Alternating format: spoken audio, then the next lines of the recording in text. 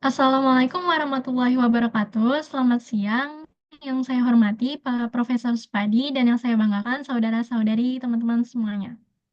Pada siang kali ini, kami kelompok 5 ingin presentasikan tentang epistemologi dan aksiologi dalam ilmu pendidikan. Boleh di next slide?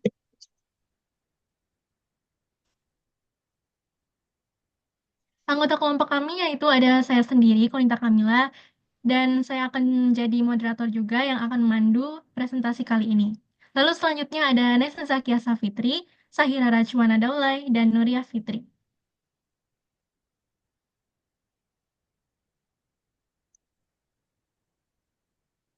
Untuk pemateri pertama, yaitu ada Saudari Sahira. Kepada Saudari Sahira dipersilahkan.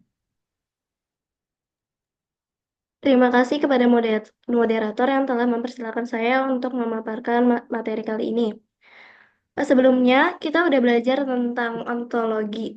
Nah, sekarang kita belajar tentang cabang filsafat lain, yaitu epistemologi dan aksiologi. Jadi, epistemologi dan aksiologi itu adalah cabang pendidikan dalam filsafat ilmu yang membantu kita memahami bagaimana pengetahuan diperoleh dan digunakan dalam konteks pendidikan.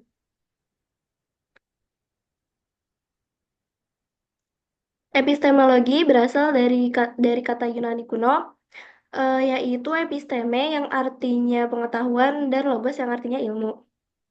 Jadi epistemologi adalah teori pengetahuan yang mempelajari asal-usul, struktur, metode, dan validitas pengetahuan. Dalam konteks pendidikan, epistemologi membantu kita memahami bagaimana pengetahuan diperoleh dan divalidasi dalam proses belajar dan mengajar. Waalaikumsalam warahmatullahi wabarakatuh. Epistemologi dapat diekspresikan dalam 3 kata, yaitu bagaimana metode dan kebenaran pengetahuan. Bagaimana asal-usul pengetahuan tersebut, apa saja metode yang dilakukan, eh, apa saja metode yang dilakukan, sampai apa saja metode yang digunakan untuk mencapai pengetahuan tersebut, dan apa pengetahuan itu dapat dibuktikan kebenarannya. Sekian materi dari saya kembalikan kepada moderator. Baik, terima kasih kepada Saudari Sahira yang sudah memaparkan materinya. Untuk materi selanjutnya akan disampaikan oleh Saudari Nuri. Kepada Saudari. Baik, terima kasih saya ucapkan kepada moderator yang telah memberi saya kesempatan. Di sini saya akan menjelaskan tentang sumber dan struktur pengetahuan serta teori kebenaran epistemologi. Langsung saja tentang sumber pengetahuan. Pengetahuan manusia bisa diperoleh dari berbagai macam sumber, salah satunya dari pengalaman, baik itu pengalaman batin yang sifatnya spiritual maupun pengalaman yang diperoleh dari cara berpikir atau renungan. Dalam epistemologi pendidikan, sumber pengetahuan memiliki dasar yang lebih spesifik. Pengetahuan dapat diperoleh melalui pengalaman langsung, observasi, serta penelitian. Struktur pengetahuan. Pengetahuan memiliki struktur yang terdiri dari beberapa elemen penting. Yang pertama ada objek pengetahuan. Objek pengetahuan yaitu hal-hal yang kita coba pahami atau jelaskan. Yang kedua, model penalaran. Model penalaran adalah proses berpikir yang kita gunakan untuk mencapai pemahaman terhadap objek pengetahuan. Baik, boleh di next.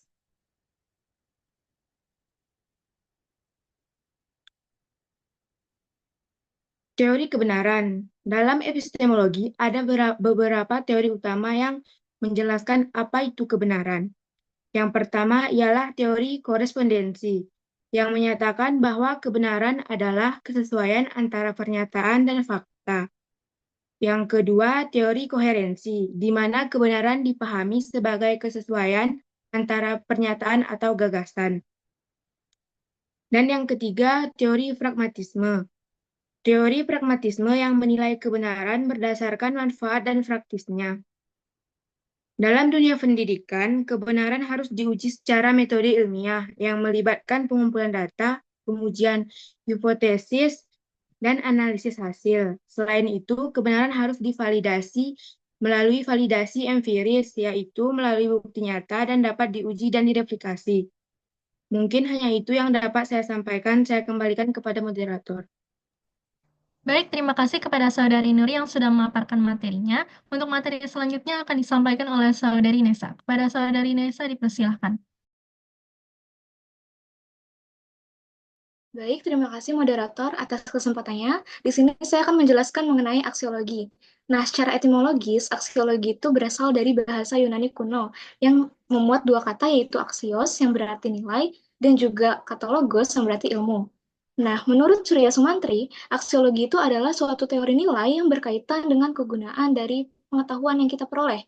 Sedangkan menurut KBBI, aksiologi itu adalah kegunaan ilmu pengetahuan bagi kehidupan manusia. Nah, khususnya etika. Jadi secara singkatnya, aksiologi itu adalah untuk apa atau manfaat atau kegunaan dari nilai-nilai ilmu pengetahuan yang kita peroleh dan yang dapat kita implementasikan di kehidupan kita sehari-hari. Nah, selanjutnya ada 3 kategori dalam aksiologi. Yang pertama itu ada moral conduct, itu berisi tentang tindakan moral yang akan mengarah kepada etika. Lalu yang kedua ada aesthetic expression, yang dimana memuat nilai-nilai keindahan. Lalu yang ketiga ada socio-political life, yang berisi tentang filsafat kehidupan sosial politik. Boleh tolong di next?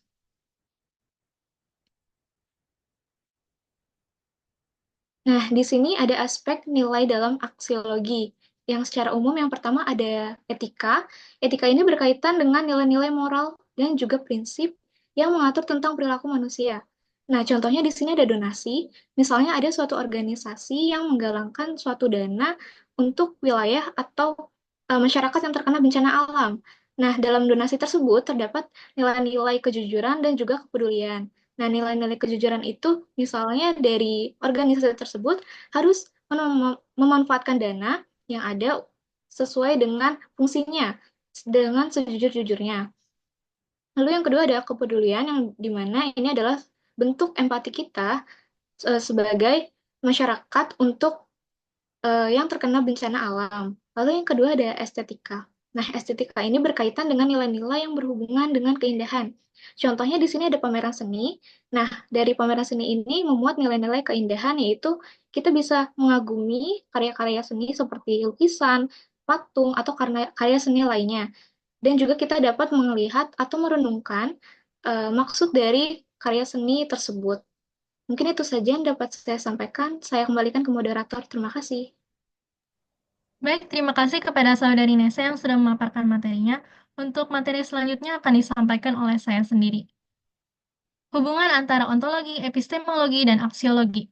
Ontologi, epistemologi, dan aksiologi adalah 3 komponen dasar dalam filsafat ilmu yang saling berkaitan. Ontologi mempelajari hakikat keberadaan sesuatu yang ingin diketahui, maka epistemologi mempelajari bagaimana cara mendapatkan pengetahuan tentang hal yang ingin diketahui tersebut. Dan kemudian aksiologi akan menjelaskan tentang manfaat dari pengetahuan yang diperoleh tersebut. Jadi, ontologi adalah fondasinya. Kita perlu tahu apa yang kita hadapi sebelum kita bisa mencari tahu tentang itu.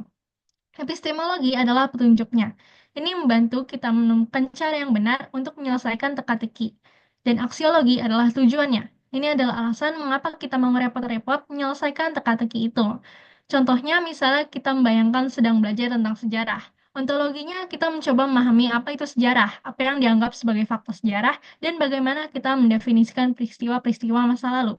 Lalu selanjutnya untuk bagian epistemologi, kita mempelajari bagaimana para sejarawan mengumpulkan bukti dan menarik kesimpulan. Bagaimana kita tahu bahwa suatu peristiwa benar-benar terjadi. Dan aksiologinya, kita memikirkan mengapa kita mempelajari sejarah, apakah itu untuk memahami masa kini atau untuk membentuk masa depan. Boleh di next slide?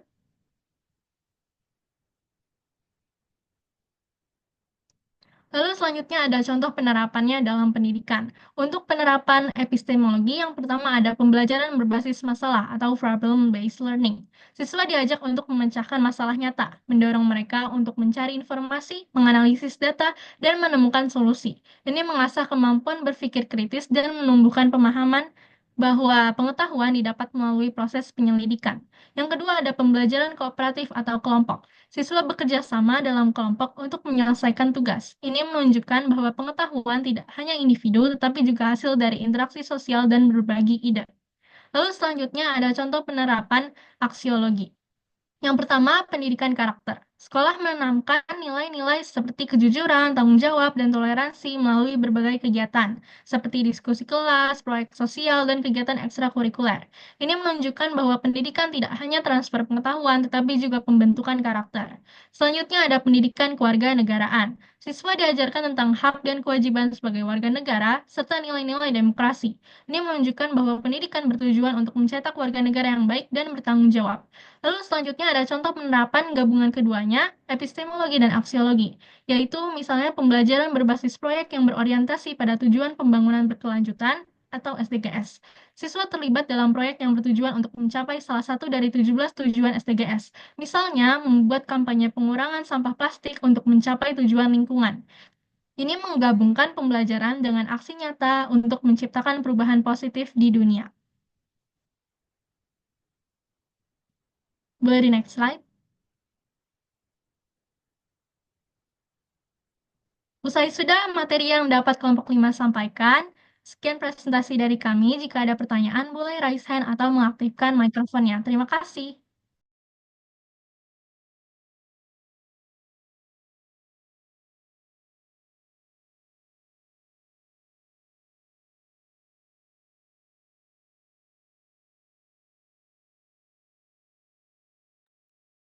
Coba tadi apa sih, Mbak, yang dibahas hari ini apa tuh, Mbak?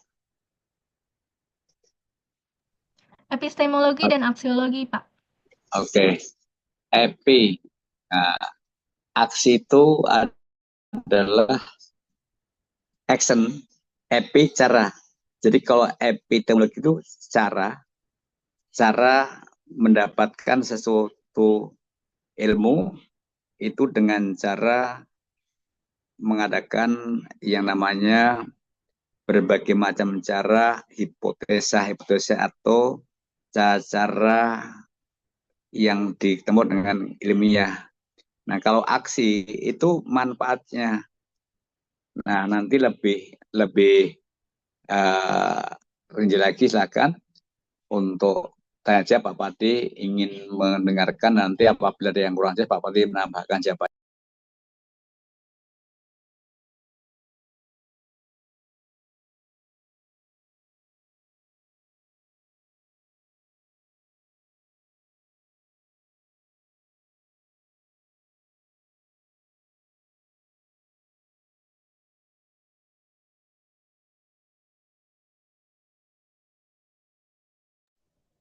Baik, apakah ada yang ingin bertanya?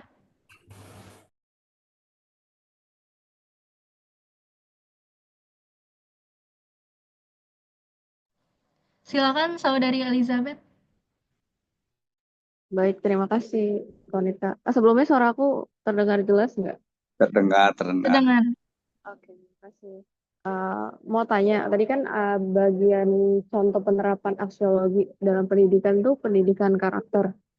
Tapi ada beberapa murid di sekolah untuk penerapan pendidikan karakter ini tuh masih kurang, gitu kan? Ada murid yang cepat tangkap, ada yang masih ada yang tertinggal, gitu kan? Kira-kira faktor apa sih yang membuat ada beberapa anak tersebut yang kurang bisa menerapkan pendidikan karakter itu dengan baik, dan kira-kira solusi apa sih yang tepat untuk menanggapi masalah tersebut?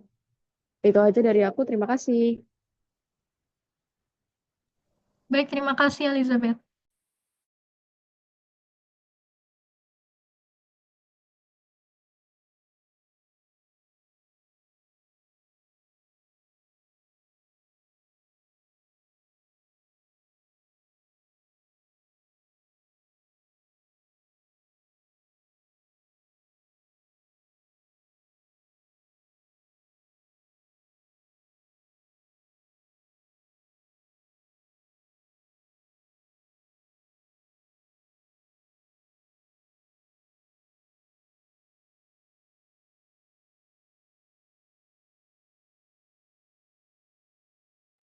Apakah ada yang ingin bertanya lagi?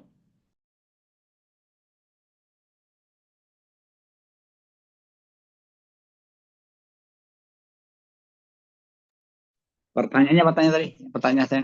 Apa pertanyaannya? Pertanyaannya, untuk contoh penerapan dalam aksiologi ilmu pendidikan, kan contohnya pendidikan karakter di sekolah, tetapi masih banyak siswa-siswa yang tidak menerapkan dari pembelajaran pendidikan karakter tersebut, dan apa solusinya gitu, Pak?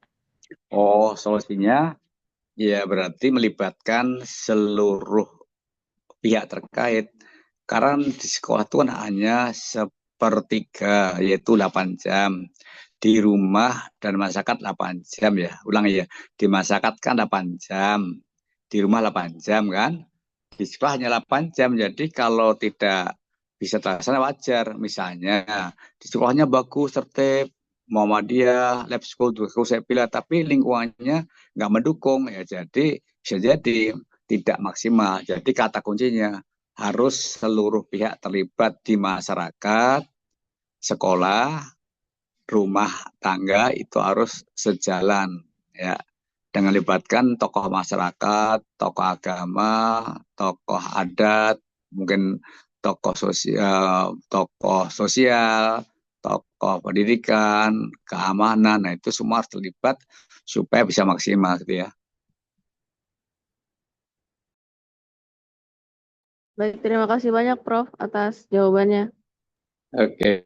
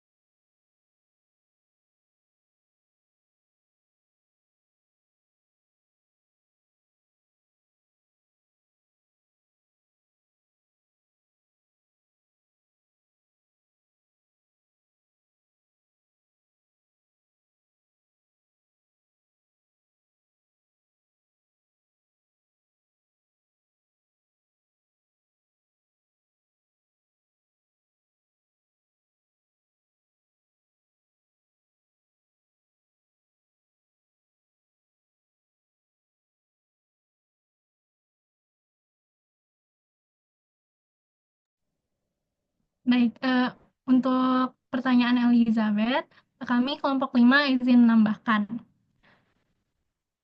Jadi, mengapa pendidikan karakter di sekolah itu masih kurang penerapannya dalam anak-anak? Kalau menurut kelompok kami itu karena kurangnya pemahaman. Misalnya baik guru, siswa maupun orang tua belum sepenuhnya memahami konsep dan tujuan dari pendidikan karakter tersebut sendiri. Lalu adanya eh, kurangnya dukungan lingkungan. Misalnya lingkungannya belum sepenuhnya mendukung upaya penanaman karakter. Lalu ada juga yang sekolahnya lebih fokus terhadap akademik.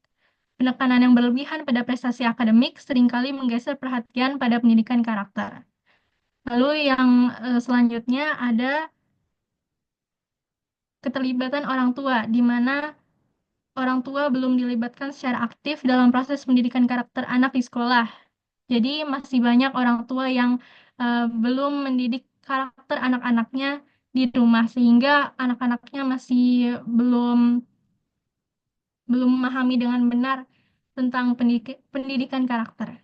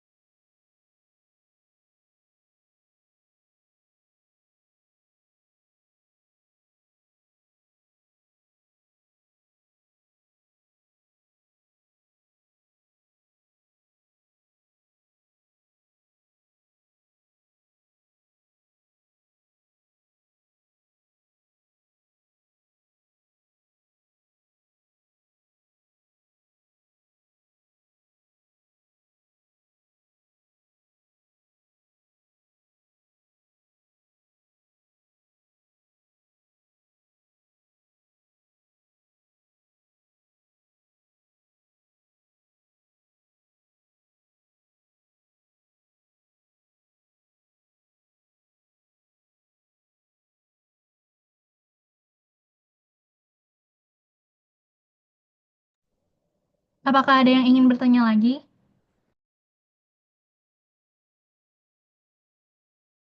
Silakan kalau ada yang mau bertanya lagi, silakan.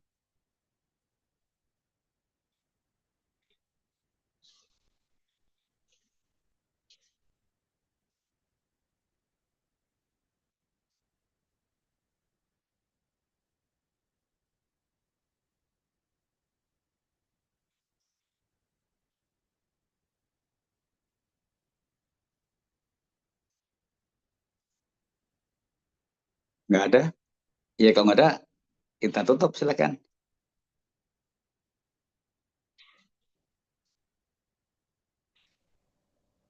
Baik, Prof. Karena sudah tidak ada yang bertanya lagi, kami kelompok 5 menyelesaikan presentasi kami. Kurang lebihnya mohon maaf. Wassalamualaikum warahmatullahi wabarakatuh. Waalaikumsalam warahmatullahi wabarakatuh. Baik, makasih banyak moderator yang sangat hebat, efektif, efisien. Semua pesertanya kelepek-kelepek mendengar suara moderator yang merdu, serayu, menyayat hati, lembut, apa ya, manis bisikannya, lembut suaranya itu, sehingga mereka tertidurnya itu Kanita. Jadi akhirnya dia tidak mau bertanya. Baik, teman-teman, mari kita akhiri sama-sama baca hamdalah gitu ya. Alhamdulillahirrahmanirrahim. Sekian, makasih banyak. Assalamualaikum warahmatullahi wabarakatuh. Mana senyumnya? Coba senyum yang sangat itu, 2 senti kiri kanan, senyum untuk kehidupan kita. Tersenyumlah kita akan bahagia, jangan sampai nunggu bahagia kita baru tersenyum. Ya, senyum memulai kehidupan, senyum tidak dapat dibeli, tidak dapat dikontrak, tidak dapat diminta tukang foto. Sayang mungkin bisa on cam kali ya, screenshot ya nggak sih biasanya? Gimana Kamila biasanya? Biasanya on cam nggak, terus kemudian terus ini nggak screenshot kan biasanya? Coba Pak Badi. Kanita, biasanya itu kita on cam kemudian screenshot enggak biasanya sayang? Ya, Pak. Iya, Prof. Iya, ayo. Kok Nandita lupa Nandita? Apa gara-gara saya tuh bangga dengan itu, nama banget Pak. Dita, Garden, Nia, Putri, Adi, Tia, dibagainya bisa Adit, bisa Tia, bisa Putri, bisa Nia, bisa Denia, bisa, pokoknya Anda luar biasa lah. Nama Anda cantik, soleha, kaya, tidak sombong, ya kan, punya cabang di mana-mana, Gardenia. Silakan sayang, di YouTube kalau nggak ada, screenshot dulu. Oke, baik, Prof. Untuk slide pertama, 1, 2, 3. Untuk slide kedua, 1, 2, 3. Ya, Tidak, Prof. Andita, Anda emang itu ya, pernah khusus di bagian MC atau apa? Enggak ya? Suara Anda sangat bagus sekali. Sampai saya terbawa-bawa itu ya. Belum, Prof. Kayak itu loh, MC kalau yang selamat datang Bapak dan Ibu. Sebentar lagi pesawat akan mendarat, untuk itu segala itu wahid. Oke, makasih ya. Baik, sama-sama kita akhiri baca hamdalah. Alhamdulillahirrahmanirrahim. Makasih banyak atas segala perhatian. Mohon maaf saya kekurangan. Kita akhiri dengan baca pantun. Anak raja makan sirih. Sekian saja, terima kasih. Jalan-jalan ke Rian, lihat burung cendrawasih. Cukup sekian, terima kasih. Tebu ditanam berjajar-jajar, itu pun berluas-luas. Mari kita banyak belajar agar kita tidak baca puas. Kalau ada sumur dadang boleh kita mau mandi. Jika ada umur panjang kita boleh bertemu kembali. Sekian, Assalamualaikum warahmatullahi wabarakatuh. Mana semuanya Nandita? Iya. Cukup ya. Sekian dari Bapak Des.